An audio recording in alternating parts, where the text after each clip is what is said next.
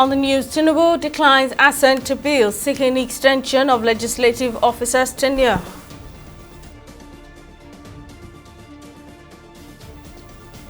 President presides over FEC meeting, approves 16 key initiatives. And CBN increases interest rate by 50 basis points to 27.25%.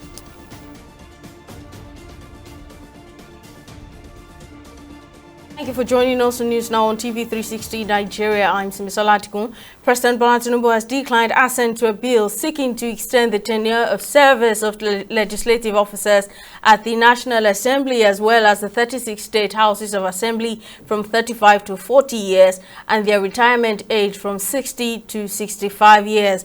Tinubu declined the assent. Tinubu's declination of the assent was conveyed in a letter read on the floor by the Senate on Tuesday by the Senate President Godswill Akpabio. The harmonized controversial retirement age bill was first stepped down in April 2024 for further research and consultation with stakeholders after a significant number of senators voted against it. The bill, first introduced during the 7th Assembly, was transmitted to the 9th Assembly, where it suffered a stalemate and subsequently transferred to the 10th Senate. In a move that has stunned the financial markets, the Central Bank of Nigeria's Monetary Policy Committee has further raised the interest rate by 50 basis points to 27.25%.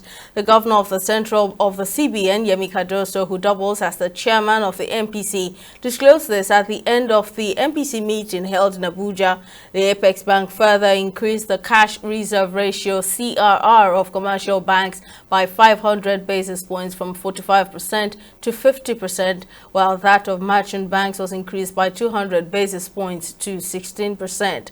Cardoso says the decision to further tighten the monetary policy was a unanimous decision by members of the Monetary Policy Committee premised on recent events in the economy regarding inflation and the stability of the foreign exchange market. He mentioned the threats of food inflation, flooding in many parts of the country, rising petrol and energy prices as reasons why further monetary policy tightening should be executed. The committee was unanimous in its decision to further tighten policy and thus decided as follows. 1. Raise the MPR by 50 basis points to 27.25% from 26.75%. 2. Retain the asymmetric corridor around the MPR at plus 500 to minus 100 basis points. 3.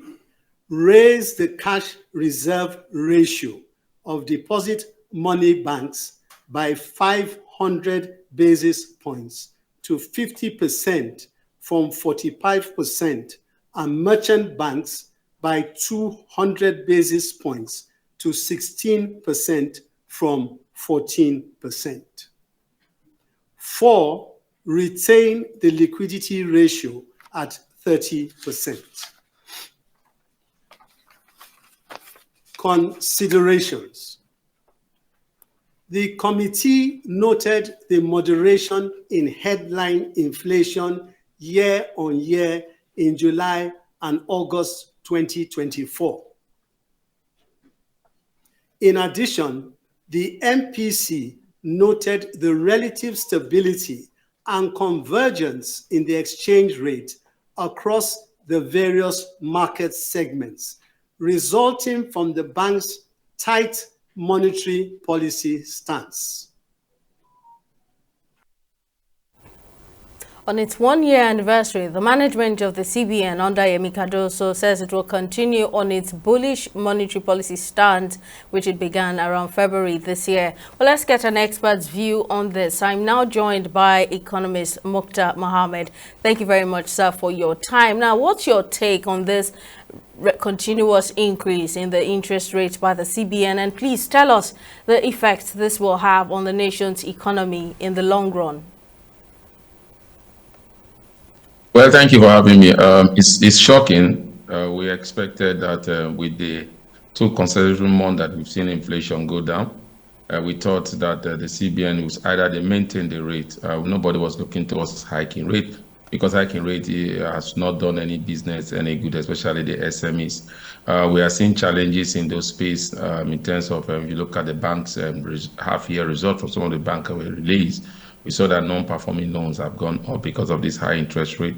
So we're looking at a situation whereby the CBN might draw down rate. But I'm not too surprised because, again, like the governor said, when you look at other physical policies that were implemented, even after the Nigerian Bureau of Statistics are giving us that reduction, you realize that after some time we might just go back to where we used to be.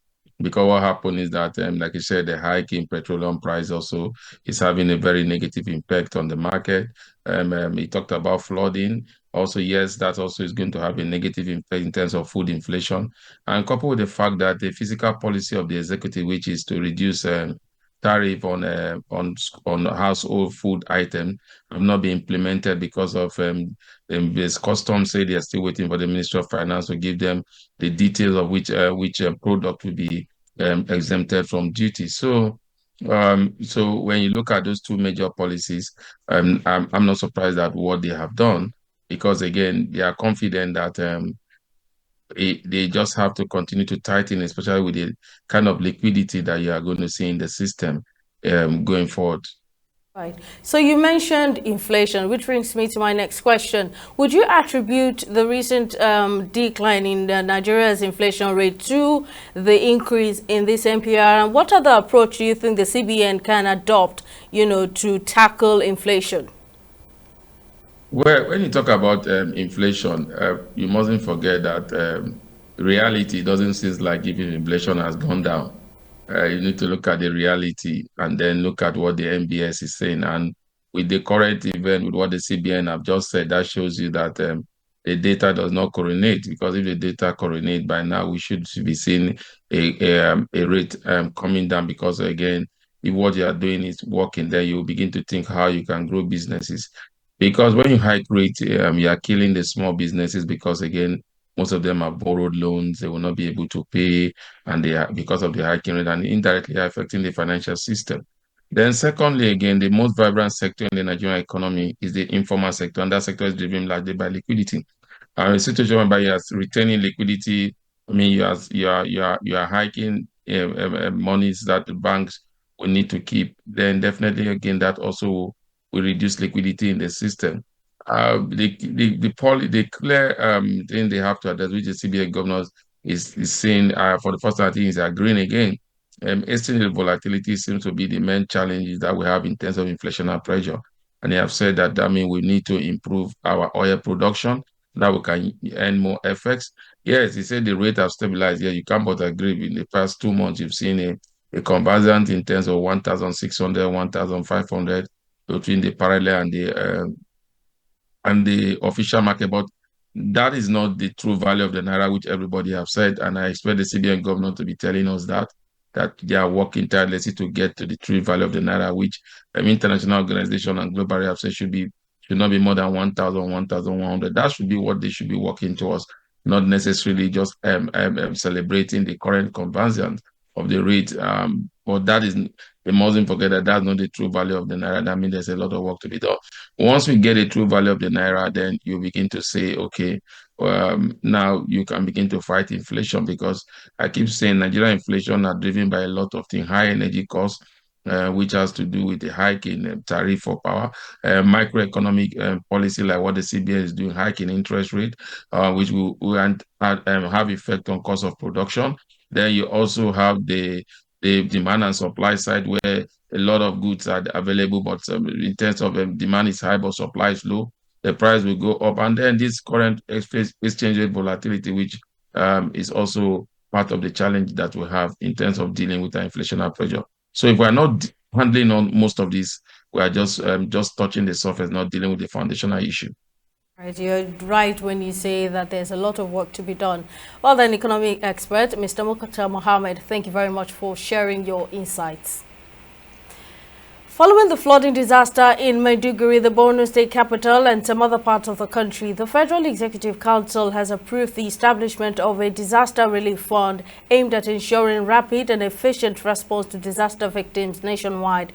The Minister of Finance, Wale Edun, who addressed newsmen after the FEC meeting on Monday, said the relief fund will source finances from the 3 tiers of government and private sector players for flood victims. FEC has also constituted a technical committee to conduct integrity tests on the Alu Dam and other dams across the country to prevent flood disasters going forward. TV360's Joy Uchejim completes the report.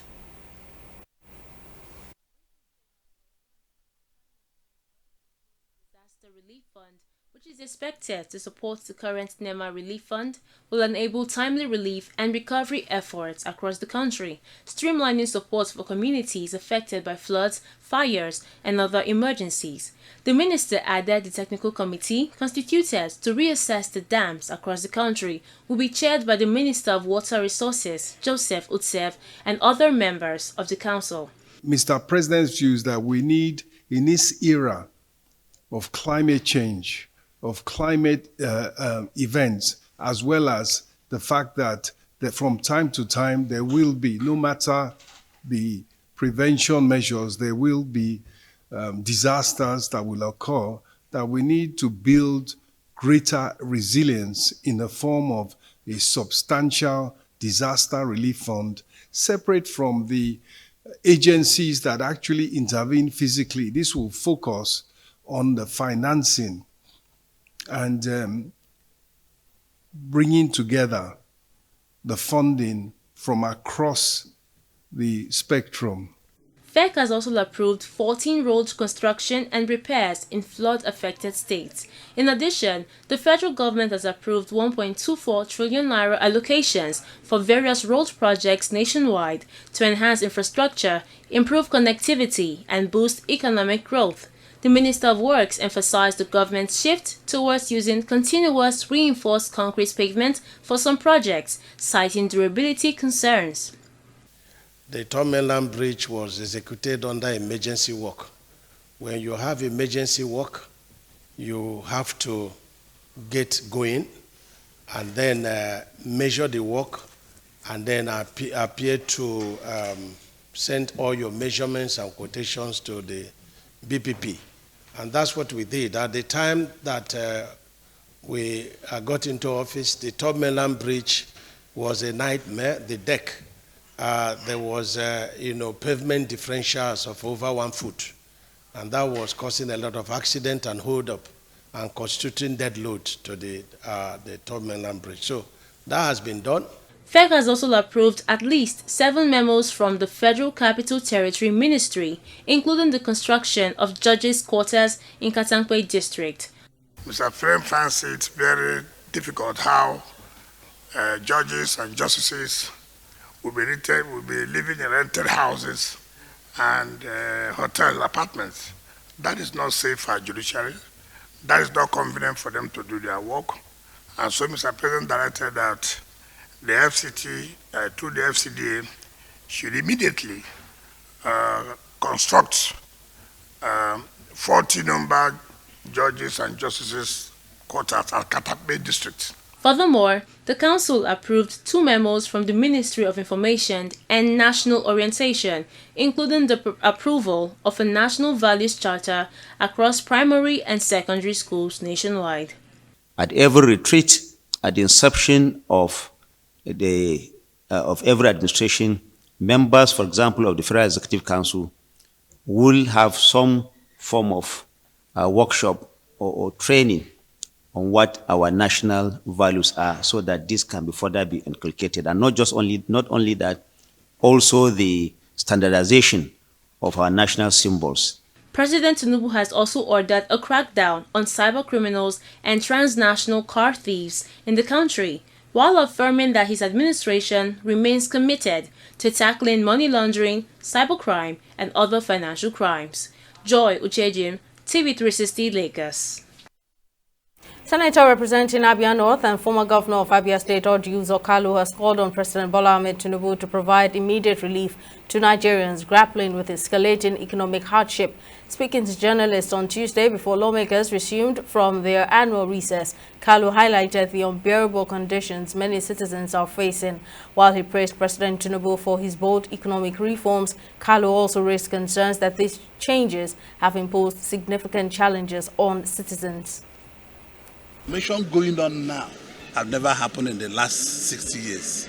No president, as I'm telling you, had the courage to do what President Tinubu is doing now. It's about courage. The man is very courageous in terms of courage. Possibly if I'm president, what he's doing now to reform the economy, taking everything together, I might not do it. I might come slowly, but the man is very courageous, very, very courageous. So that it goes with hardship. So people, I know, even in my village and everywhere I go, the companies, everybody, there's hardship. But I appeal to federal government, I appeal to the president to know how he can bring succor quickly to people of Nigeria. He has to do something, not yesterday, today, not tomorrow, today. He must do something like yesterday, because the condition of Nigerian people is not too good. And I believe no president will want his people to suffer. No president in the world elected by people will want those people to suffer. So I believe him and his team, we are here, we are making laws.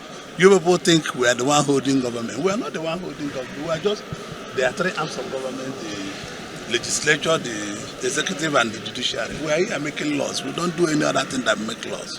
And it's that lawmaking that we need. So it is not totally out of place, but Nigeria will come out stronger.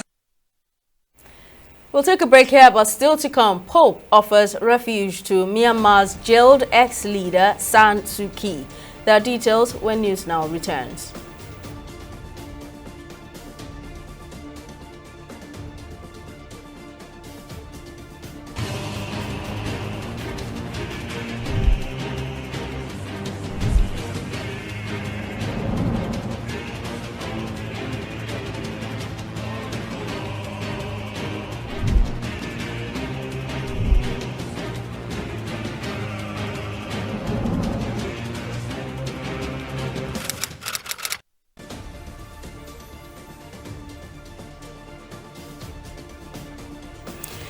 Welcome back. Here's a recap of our top stories. President Bola Tinubu has declined assent to a bill seeking to extend the tenure of service of legislative officers at the National Assembly as well as the 36 state houses of assembly from 35 to 40 years and their retirement age from 60 to 65 years. Tinubu declined assent. The declination of the assent was conveyed in a letter read on the floor of the Senate by President of the Senate, Godswill Akpabio. We also informed you that the Central Bank of Nigeria's Monetary Policy Committee has further raised the interest rate by 50 basis points to 27.25%. The governor of the CBN, Yemi Cardoso, who doubles as the chairman of the MPC, disclosed this at the end of the meeting held in Abuja. Cardoso says the decision to further tighten the monetary policy rate was a unanimous one by members of the Monetary Policy Committee, premised on recent events in the economy regarding inflation and the stability of the foreign exchange market.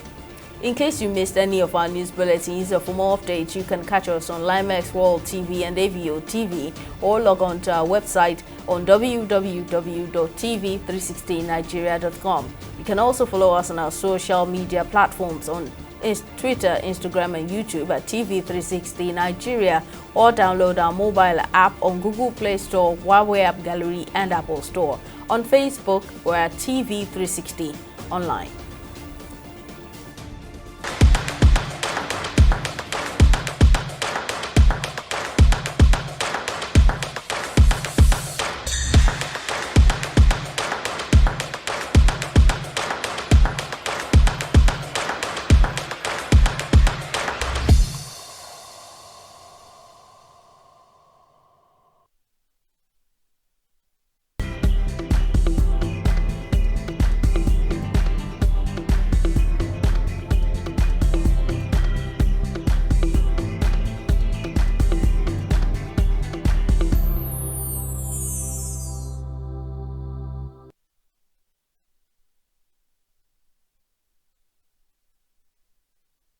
Let's get more stories in the world of business. Joy Uchejim has the latest. Over to you, Joy. Thank you, Simi, and welcome to Business News. Now, the Nigerian government has approved the Economic Stabilization Bill, which aims to boost liquidity and create employment opportunities nationwide. Speaking to State House correspondents after the Federal Executive Council meeting, presided over by President Bola Tinubu, the Finance Minister Wale Edun explained that the bill grants the Central Bank of Nigeria greater powers to attract international funds and facilitate foreign exchange transactions. According to Edun, the bill also introduces changes to the Companies Income Tax Act, aimed at ensuring Nigerians to offer services to foreign companies without needing those businesses to be physically registered in Nigeria. As a package, the Federal Executive Council did pass for onward transmission to the National Assembly Economic Stabilization Bills. It contains, for example, items that change the Foreign Exchange Act, give greater liquidity, and encourage the use of electronic rather than cash means, for example. And of course, giving the central bank even greater ability to bring in and attract funds such as the money from the international money transfer organizations and others that want to transact foreign exchange business and in fact remit funds to Nigeria. Likewise, the Companies Income Tax Act, there's also a proposal to amend that, basically to allow Nigerians with the skills, the expertise, and the relevant relationships to be able to stay in Nigeria and provide services to foreign companies abroad without those companies having to come and register in Nigeria, thereby opening up a whole vista of employment opportunities, income opportunities, and entrepreneurship opportunities. So those are the types of measures that are contained in what is an omnibus bill. There are changes to the Fiscal Responsibility Act as well. We'll take a short break and return with stock market reports.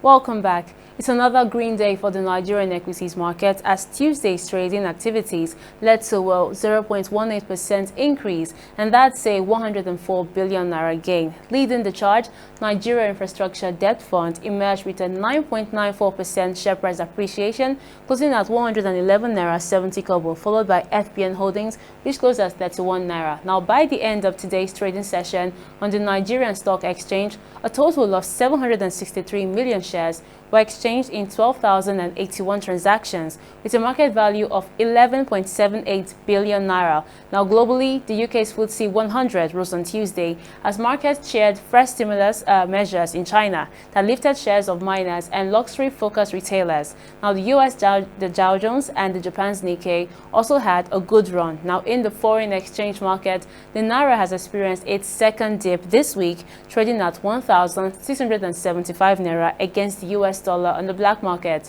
The British pound is valued at 2,260 naira, while the euro stands at 1,860 naira on the black market. That's the business and stock market update. Simi, over to you for the rest of the news. Thank you very much, Joy. And on the foreign scene, DR Congo's Minister of Justice says nearly 1,700 ill inmates have been released from the country's largest prison as part of efforts to thin out the nation's overcrowded prisons. The operation took place on Monday at Makala Central Prison in the capital, Kinshasa. Severely ill prisoners received immediate medical care, while others were sent home on buses provided by the Ministry of Justice and a state-owned company. According to the Justice Minister, Makala Prison, Congo's largest penitentiary with a capacity for 1,500 people, holds more than 12,000 inmates, most of whom are awaiting trial. Pope Francis has offered to give refuge on Vatican territory to Myanmar's detained former leader Aung San Suu Kyi, who is serving a 27-year prison sentence on charges ranging from corruption to not respecting COVID pandemic restrictions. According to the Pope, Myanmar's future must be peace-based on respect for the dignity and rights of all, on respect for a democratic order that allows everyone to contribute to the common good. The Pope's latest remarks came in the wake of a UN report stating that Myanmar's ruling military junta had ramped up killings and arrests in an apparent bid to silence critics. On sports, Libya's Football Federation has announced the appointment of Nasser Al-Hadiri as the new head coach of the Mediterranean Knights. Al-Hadiri's appointment follows the recent dismissal of Serbian coach Micho, who was sacked after disappointing results left Libya at the bottom of their qualifying group. President of the Libya Football Federation, Abdul Hakim Al-Shalmani, says the body has reached an agreement with Al-Hadiri to take charge of the team. Finally, son of football legend Zinedine Zidane, Enzo has officially retired from professional football at the age of 29. According to reports, Enzo, who played for Fuenlabrada in Spain's third tier, decided to step away from the game to focus on personal matters, including his family and investment. His most notable moment came during their single appearance for Real Madrid's senior team, where he scored on his debut in a 6-1 Copa del Rey victory over Cultural Leonesa before concluding with a Fuenlabrada, where he made 29 appearances. Well, that's it on News Now. Thank you very much for watching. We'll see you again next time.